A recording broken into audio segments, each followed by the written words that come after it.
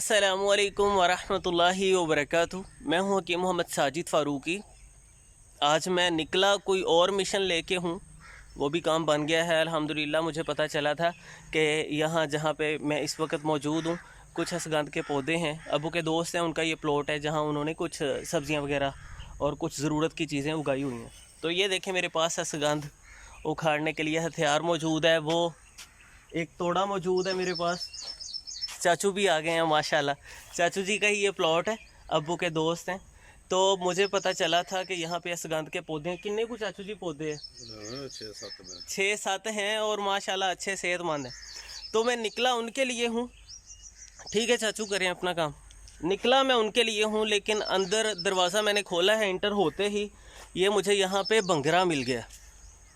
मैंने इसका जो ऑयल बनाया था वो पहले कुछ दिनों में ही सारा सेल हो गया और उसकी अच्छी फ़ीडबैक भी मिली है अल्हम्दुलिल्लाह। ज़्यादातर लोगों ने, कुछ ने ये भी कहा कि ज़्यादा फ़ायदा नहीं हुआ, और वो तजर्बाती तौर पे, क्योंकि मैंने इसके बारे में पढ़ा काफ़ी सारा था, तो एक्सपेरिमेंट के तौर पे ही हमने बनाया था कि अच्छा फ़ीडबैक मिलेगा, इसके अच्छे नताइज होंगे तो फिर से भी बनाएंगे। तो पहले मैंने बहुत थोड़ा सा बनाया, फिर उससे कुछ ज़्यादा बनाया, वो सारा साथ ही साथ सेल होता रहा। तो उसके बाद से कुछ लोग तो रिपीट मतलब कस्टमर हैं, वो बार बार मांग रहे हैं कि फिर से बनाएं, हमें दें।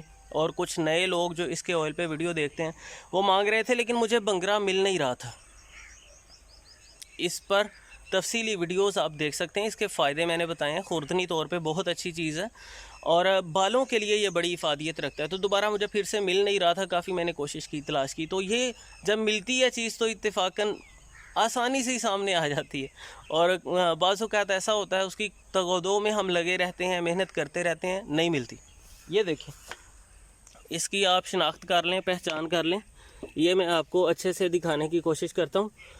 और कुछ लोग ना इसके बीज मांगते हैं, जी हमें इसके बीज प्रोवाइड कर देंगे। मैं आपको दिखाता हूँ थोड़ा सा मंज़र, अगर आप देख पाएँ। ये दरअसल इस तरह जब पक जाते हैं ना इसके बीज, तो थोड़ा सा अब मैंने हाथ लगाया, देखें वो सारे बीज जड़ गए।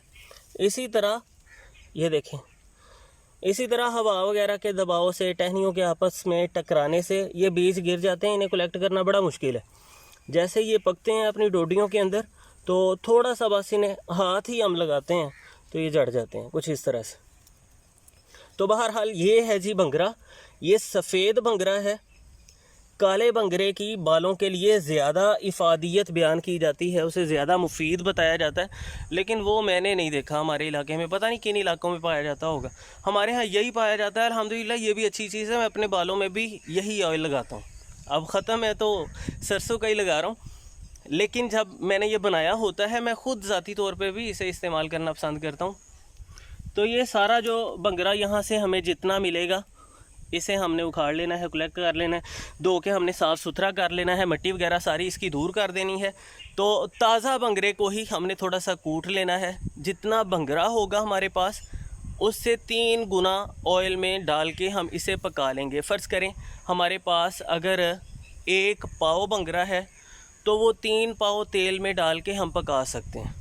1 किलो हमारे पास ताज़ा बंगरा है तो वो 3 किलो ऑयल में डाल के हम पका सकते हैं। नारियल के तेल में बना सकते हैं या तिलों के तेल में इसे तैयार किया जा सकता है। बिल्कुल धीमी आंच पे बस कूट के उस तेल के अंदर डाल देना है और धीमी आंच पे, हल्की सी आग पे हमने इसे पकने देना है।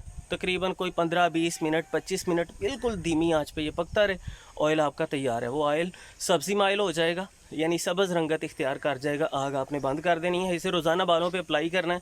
गिरते हुए बालों को रोकता है, बालों की चमक को बेहतर बनाता है, उनको मजबूत बनाता है, खुश्की का, सिकरी का ख़ात्मा करता है।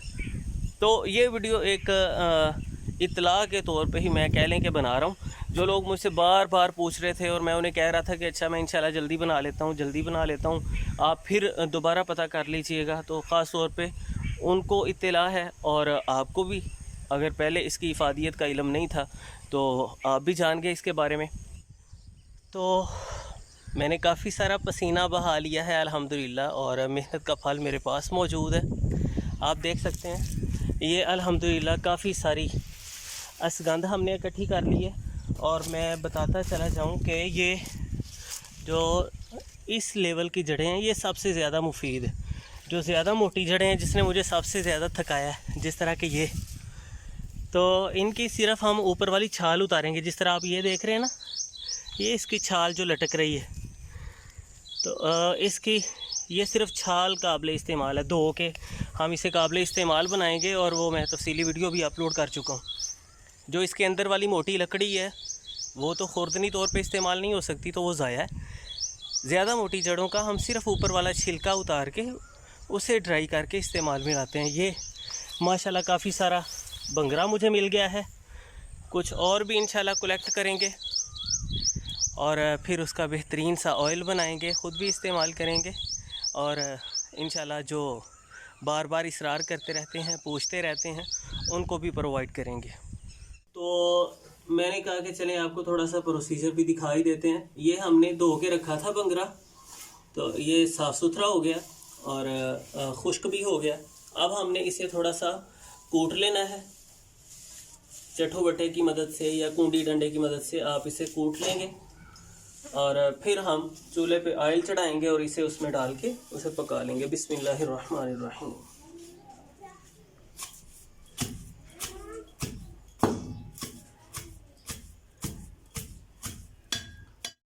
बंगरे को कूटते हुए आपने थोड़ी सी चीज़ों का ख्याल करना है कि एक तो इसके छींटे आपके लिबास पर ना पड़ें। इसका रंग काफ़ी गहरा होता है, फिर वो आसानी से जाएंगे नहीं। थोड़ा थोड़ा करके बंगरा डालें और उसे निकालते जाएं कूट कर। लिबास का ख्याल रखना है आपने, इसके छींटे लिबास के ऊपर ना पड़ें और बहुत ज़्यादा बारीक पीसने की ज़रूरत नहीं है। इतना कूट लें कि इसके सारे असरात सहूलत के साथ निकल जाएं। जब ये पके तो तेल खूब इसके अंदर घुस जाए और इसके असरात को बाहर निकाल लाए। रोगन नारियल में भी हम इसे पका सकते हैं और तिलों के तेल में भी पका सकते हैं, लेकिन मैं रोगन नारियल में बनाना ज़्यादा पसंद करता हूँ क्योंकि वो ख़ुद अकेला भी बालों के लिए बड़ा मुफीद है। मुकव्वी दिमाग है, बालों को मज़बूत बनाता है, चमकदार बनाता है, सर को ग़िज़ाइयत मुहैया करता है, यानी हमारे सर की जो बैरूनी जिल्द है उसके मसामात को तवानाई बख्शता है। तो ये हम इसमें 3 किलो के करीब नारियल का तेल डालेंगे, क्योंकि मैंने आपको आगाज़ में बताया था कि ये 3 गुना हम डालते हैं।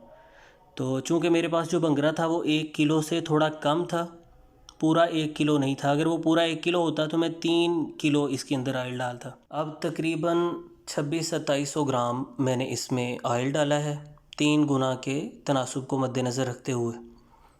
बंगरा हम इसमें डाल रहे हैं और धीमी आंच पे हम इसे पकने देंगे। आग तेज़ ना हो, अगर आप आग तेज़ रखते हैं तो ऑयल जल जाएगा, उसकी स्मेल नागवार हो जाएगी, लगाने को दिल नहीं करेगा और उसका फ़ायदा भी कम होगा।